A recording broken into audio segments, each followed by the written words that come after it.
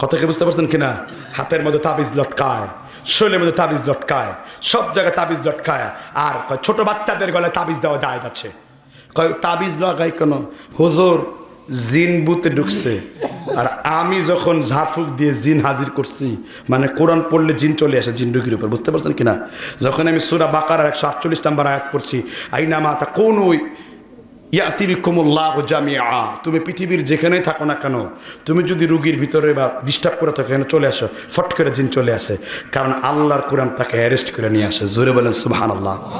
আমি সেই জিন যখন ওই রুগীর উপর ভর করতাম, বললাম তুই তোর নাম কি? সে বললো আমার নাম সাখওয়ান। তোর ধর্ম কি?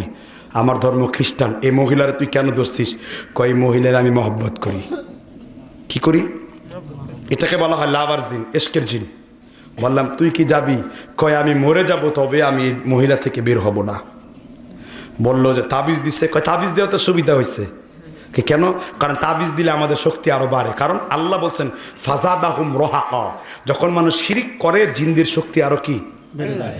তখন আমি বললাম ঠিক আছে, তোমার বের হওয়ার দরকার নাই, কিন্তু আল আয়াতুল হাক, আমি কোরআনের এমন আয়াত পড়ব তুমি এখানে জ্বলে একদম মরে যাবে। You died in the inside this body, you live him now in this body. তুই শরীর থেকে বের হ, না হলে তুই এই মহিলার মধ্যেই কিন্তু তুই মরবি। কয় তুমি মারো। তারপর আমি কোরআন থেকে সূরা বাকারার 266 নম্বর আয়াতটা পড়লাম, ওয়াফিহি নারা ফাহদারাকাত ফাহদারাকাত ফাহদারাকাত, জ্বলে যা। এদের বাংলা হলো তোর চারদিকে আছে আগুন, আর তুই এর ফলে সে জ্বলে গেল। আমি শুধু বলছি ফিহি নারা ফাহদারাকাত ফিহি নার ফিহি নার, আগুন শুরু হয়ে গেছে শরীর দিয়ে। তারপর যখন ইয়া মাশারাল জিন্নি ওয়াল ইনসি ইসতাতাতুম আন তানফুযু মিন আকতারিস সামাওয়াতি ওয়াল আরদ ফানফুযু লা তানফুযুনা ইল্লা বিসুলতান, বলছে আল্লাহর কসম ওর ভিতর থেকে বের হয়ে যাব আমি। আমি বললাম তুমি কোনো ফকির জ্যোতিষ জাদুকরের দরবার পড়ো নাই, আল্লাহর কালামের এত পাওয়ার আছে, শুধু আল্লাহর কালাম দিয়েই জিনকে জ্বালিয়ে ভস্ম করে দেওয়া যাবে। কিন্তু বিএলমার গোষ্ঠী জানে না এইসব জাদুক। আল্লাহর কোরআনের এত ক্ষমতা আছে, কোরআন দিয়ে জাদু করে নাক মুখ দিয়ে রক্ত বের করা সম্ভব। ইবনে আব্বাস রাদিয়াল্লাহু তাআলা আনহু বলেন সূরা মুমিনের 115 নম্বর আয়াত, আফা হাসিবতুম আন্নামা খলাকনাকুম আবাসা, এই আয়াতের এত আধ্যাত্মিকতা শক্তি আছে, একটা পাহাড়কে টলে সরিয়ে উড়িয়ে আরেক জায়গায় নিয়ে যেতে পারে আল্লাহর কোরআন। জোরে বলেন সুবহানাল্লাহ। তাহলে তাবিজ লটকাবো কেন? আবার জন্ডিস রোগ হওয়ার পরে গলার মধ্যে তাবিজ দেয়, কবিতা লিখি তাদের জন্য, ভয় তাবিজ আর জন্ডিসের মালা যারা দেয় তারা শয়তানের চেলা, মহিলারা শয়তানের খালা। তাবিজ দেয় ছোট 17 মাস বাচ্চার গলায় 1700 তাবিজ। কথা কি বুঝতে পারছেন কিনা? এই জন্য সৌদি আরবে যদি কেউ প্রবেশ করে তো বলে ইয়া হাজি হাদা শিরক আকবার, এটা বড় শিরক। তারা প্রথমে দাওয়াত দেয়, বুঝায়, টেনে ছিঁড়ে ফেলে তাবিজ। আব্দুল্লাহ ইবনে মাসউদ তিনি একদিন তার ঘরের মধ্যে গেলেন। কাইতন চেনেন? কাইতন, কাইতন বুঝেন? আপনাদের দেশে এটাকে কি বলে? জয়তন না, কয় কাইতন, কয় জয়তুন। কই শেখ সাদি শুনলো বকরিল্লা দিয়ে ওইটা। কাইতন হলো ওই সুতা তাগা বাঁধে না, সুতা বাঁধে বসন্ত রোগ করে লাউ বৃষ্টির মধ্যে 41 বার কি জানি পইরা ফুদায়, ফরনার বেটা ফরনার বেটি করে শন শন দেখছে রাখছি আর রাখছি রিকেশি, যেটাই হোক না কেন একটা দেয় তো থই রিকেশি নাকি রাখছি, ওটা পরে দেয়। দেওয়ার পরে কাইতন তো ইবনে মাসউদ রাদিয়াল্লাহু তাআলা আনহু একদিন বাড়িতে গেলেন। তো ইবনে মাসউদের একটা নিয়ম ছিল, বাড়িতে ঢোকার পূর্বে তিনি সালাম দিতেন এবং গলার শব্দ করতেন, কারণ আপনার স্ত্রীর সাথে অন্য আরেক ঘরের ভাবিও তো আসতে পারে, যাতে তারা কি হতে পারে। কিন্তু আমরা আগেই গরুর মতো মাথায় ঢুকায় দেই, আসেনিও অনেকে আছে যে অনেক লোক কোনো সুন্নত ঠিক নাই, আসেনিও। রসুল বলেছেন যদি কেউ কারো বাড়িতে বিনা অনুমতি উকি দেয়, সেজন্য ধরে ওর চোখের মধ্যে তার কাটা বসিয়ে হাতুড়ি পেটা করে চোখটা যেন ফুটো করে দেয়। সহিহ বুখারীর হাদিস। কথা কি বুঝছেন? সেটা ভিন্ন বিষয়। হঠাৎ করে ইবনে মাসউদ টের পাইলেন ঘরে মনে হয় কেউ আছে, তো বুড়িরে কই লুকাবে, খাট ছিলেন না, খাটের নিচে ঢুকাই দিচ্ছে, লুকায় তুইদের ভিতরে। ইবনে মাসউদ ঘরের মধ্যে ঢুকেই দেখলেন স্ত্রীর গলায় তাবিজ, কাইতন সুতা। ইবনে মাসউদ রাদিয়াল্লাহু তাআলা আনহু তিনি এত জোরে তার স্ত্রীকে ধাক্কা দিলেন, স্ত্রী পড়ে গেল। ইবনে মাসউদ বলল, আল্লাহর কসম করে বলি বউ হে আমার, আমি তোমার উপর ভ্রুকুঞ্চিত হই নাই, আমার ব্যক্তিগত কোনো কারণে তোমার উপর আমি রেগে যাই নাই। আমি আল্লাহর নবীকে কথা দিয়েছি, হুররিকাত অকুত্তিয়াত, আমাকে যদি আগুনে পুড়িয়ে ফেলা হয়, অকুত্তিয়াত আমাকে যদি দা বুজুলি বটি দিয়ে কেটে টুকরা টুকরা করা হয়, আনতা জাআলা লিল্লাহি নিদ্দাল ওয়া হুয়া খালাকাক, তবু আমি আব্দুল্লাহ ইবনে মাসউদ আমি আল্লাহ রাব্বুল আলামিনের সাথে শিরক করব না। সহিহ বুখারী 11 নম্বর পৃষ্ঠার 896 নম্বর হাদিস, বাব হলো কিতাবুল ঈমান। হুররিকাত অকুত্তিয়াত, কোন মুসলমান তার জীবন দিতে পারে, কিন্তু নাম কাস্তা টুন্ডা মৌলবীর গোষ্ঠী কতগুলো আছে তারা তাবিজ লেখে। এবার শোনো তাবিজের তাসরিফটা শোনো। আওয়াদা ইউআউযু তাওয়িদান, আরবি বাবে তাফঈল থেকে শব্দটি এসেছে। তাবিজ দিলে মানুষ কি মনে করে? এখন আমি নিরাপদে আছি, কারণ তার ভরসা কোথায় যে ঢুকছে। আর আল্লাহ কি বলছেন? ফাতাওয়াক্কালু ইন কুনতুম মুমিনিন, যদি তুমি ঈমানদার হও তুমি আল্লাহর উপর ভরসা করো। ওয়া মান ইয়াতাওয়াক্কালু আলাল্লাহি ফাহুয়া হাসবুহু, যে ব্যক্তি আল্লাহর উপর ভরসা করে আল্লাহ তার জন্য যথেষ্ট। মিশকাতের কেরামতে আউলিয়া অধ্যায়ের 5031 নম্বর হাদিস। প্রচন্ড বৃষ্টি বর্ষণ হয়, একজন সাহাবা দুইজন সাহাবা মদিনায় রওনা হন।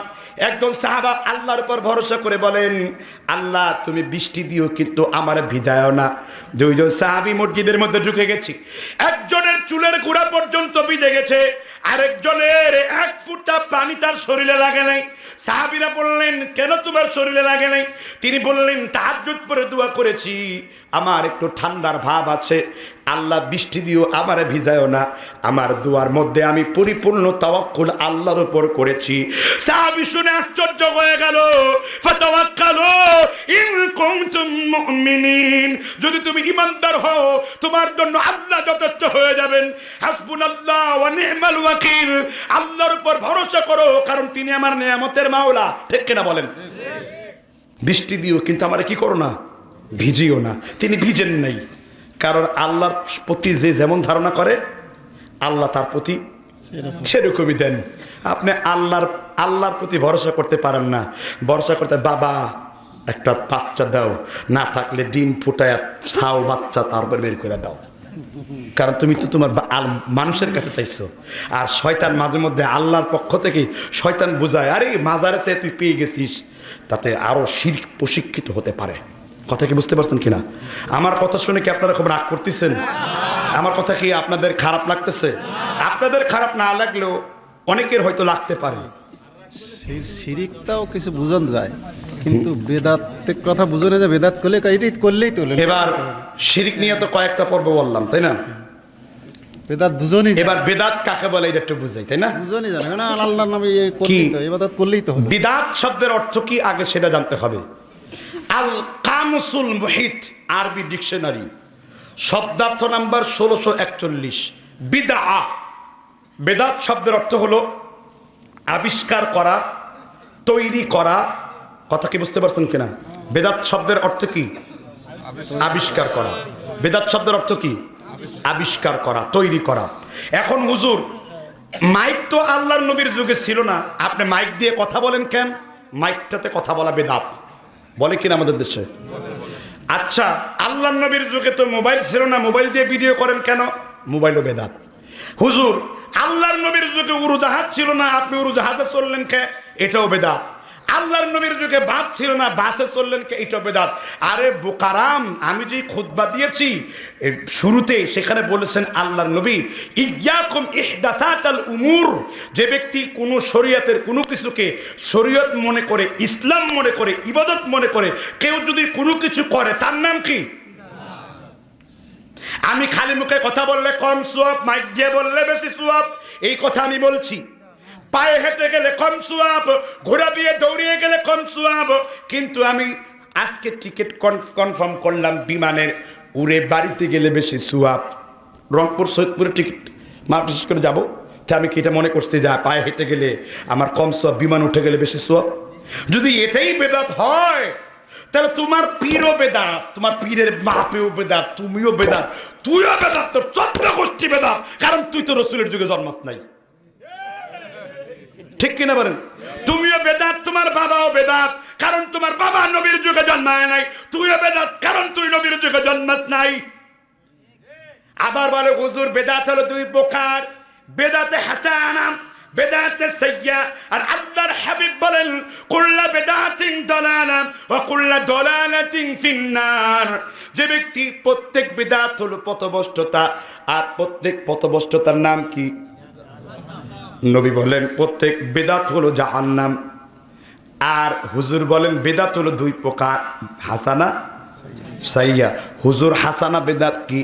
মিলাদের হালুয়া, মিলাদের মিষ্টি আছে না, ইয়া নবী সালামু আলাইকা, বলে কিনা?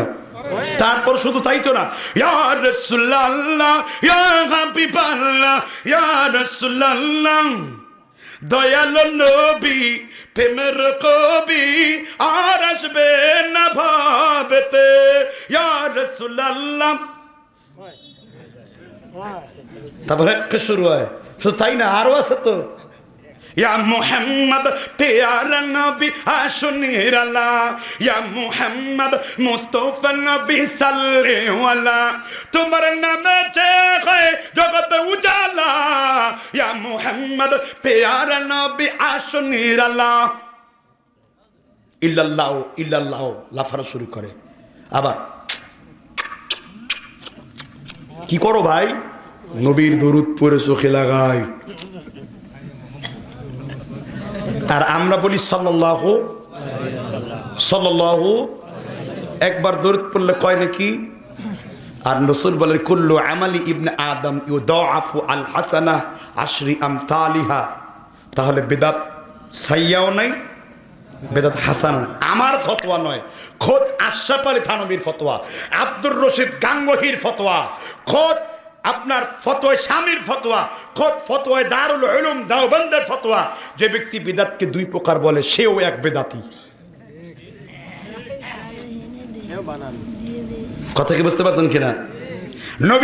নবী জিকির করলেন 50 বার, আপনি বললেন 50 বার, মজা লাগলো না, আপনি করলেন 100 বার। আপনি নিজে একটা সীমানা দিলেন, ঠিক কিনা বলেন? ইবাদতের ক্ষেত্রে নবী যেইভাবে করেছেন ওইটা আপনার ইবাদত, ঠিক না? ঠিক। বিশ্বনবী সাল্লাল্লাহু আলাইহি ওয়াসাল্লাম মিশকাতের সরার মধ্যে হাদিসটা, মিরকাতে আল্লাহর নবী মসজিদে নববীতে বসে আছেন, আল্লাহর নবী মুস্কি হাসতেছেন। আল্লাহর নবী বললেন ইবনে আব্বাস, আবু বকর, আজকে রাত্রি বেলায় ইবলিস শয়তান সমুদ্রের নিচে বৈঠক করলো।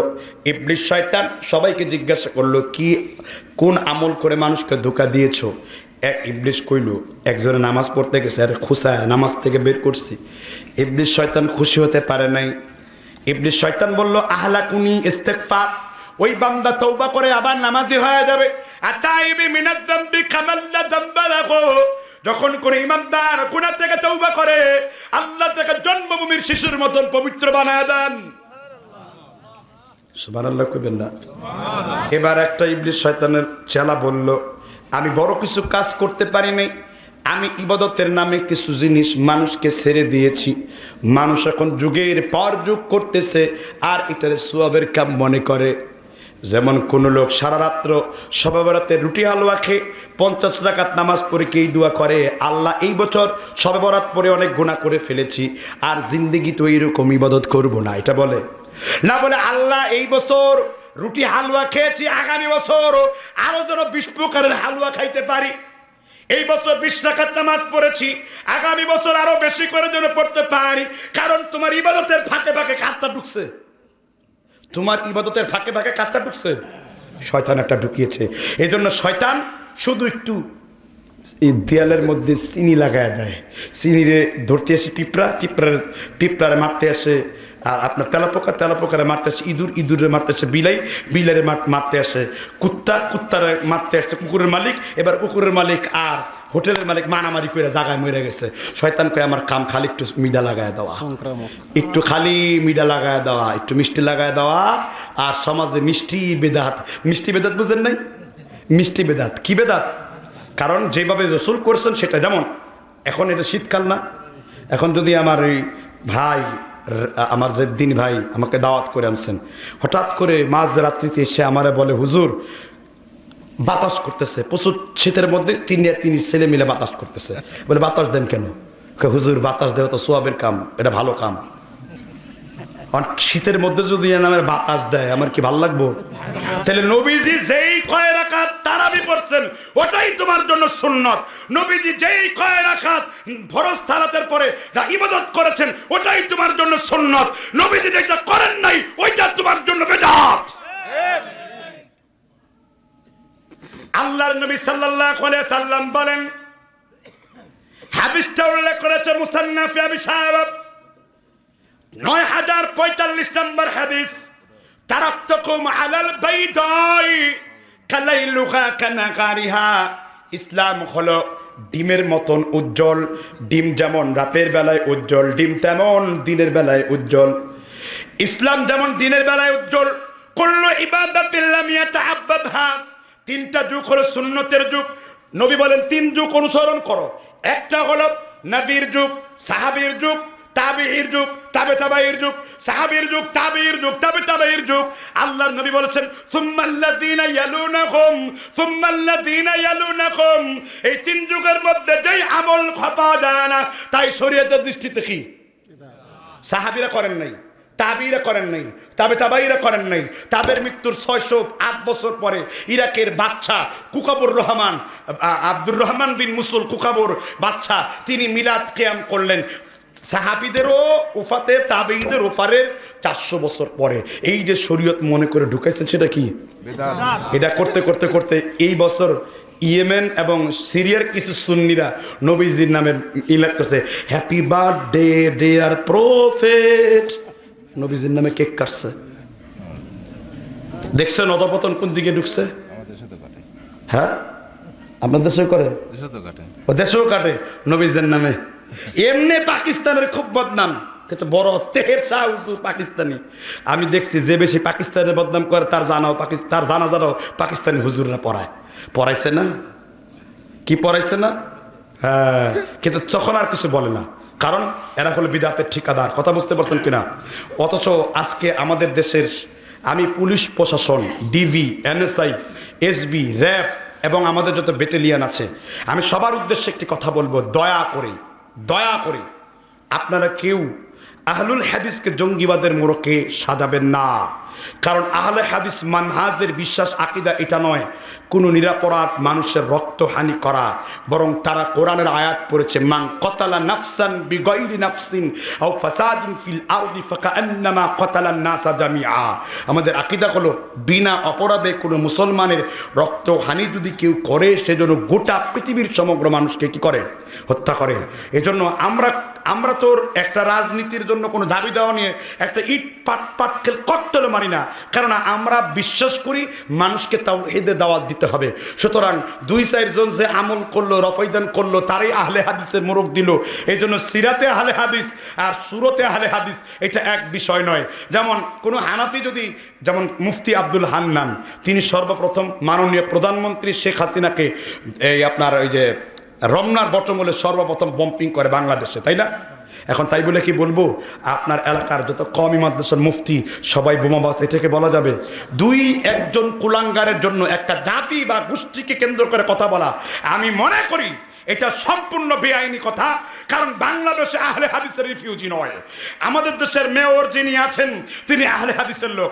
আমাদের দেশের রহমতুল্লাহ এমপি তিনি আহলে হাদিসের লোক। রুহুল আমিন মাদানী এমপি তিনি আহলে হাদিসের লোক। আগামীকাল যে আমি নকলা প্রোগ্রাম করতে যাব, মাতিয়ার চৌধুরী যিনি কৃষিমন্ত্রী ছিলেন সাবেক, তিনি আহলে হাদিসের ফ্যামিলিতে বিয়ে হয়েছে, তিনি স্বামী আহলে হাদিস। ওইটা গোটাটা আহলে হাদিস এলাকা। বাংলাদেশে আহলে হাদিসের সংখ্যা 3.5 থেকে 4 কোটি লোক। সুতরাং এত বড় একটা এত বড় একটা গোষ্ঠীকে এই ধরনের কথা বলা নয়, বরং মানুষ হত্যার ব্যাপারে সর্বপ্রথম আহলে হাদিসরাই তাদের বিরুদ্ধে কলম ধরেছে। সর্বপ্রথম আহলে হাদিসরাই জনগণের সরকারের দৃষ্টিকে তারা খুলে দিয়েছে। সুতরাং এইগুলো মিথ্যা তহমত ছাড়া কোনো কিছুই নয়। সুতরাং এর বিরুদ্ধে কঠিন প্রতিবাদ করতে হবে এবং এইখান থেকে আমাদের সচেতন হতে হবে। কারণ আমাদের মানহাজ হলো মানুষকে যুগ উত্তীর্ণ বসে দাওয়াত দেওয়া। আমাদের মানহাজ হলো বাতিলের সামনে ডক্টর জাকির নায়েকের মতন সত্যকে তুলে ধরা। কেউ মানলে মানবো, নইলে নাই। আমার দায়িত্ব কারো বাধ্য করা নয়। কথা বুঝতে পারছেন কিনা? আমাদের কথা কি করা, পৌঁছে দিতেছি। এরপরে যদি কেউ না শোনেন, আমার কোনো কিছু করার নাই। আল্লাহ আমাদেরকে হেফাজত করুন বলেন আমি। তো বিদআতের ভয়াবহতা কি? বিদআতকারীর কোনো দোয়া আল্লাহ কবুল করেন না। কি করা? লিসাহিব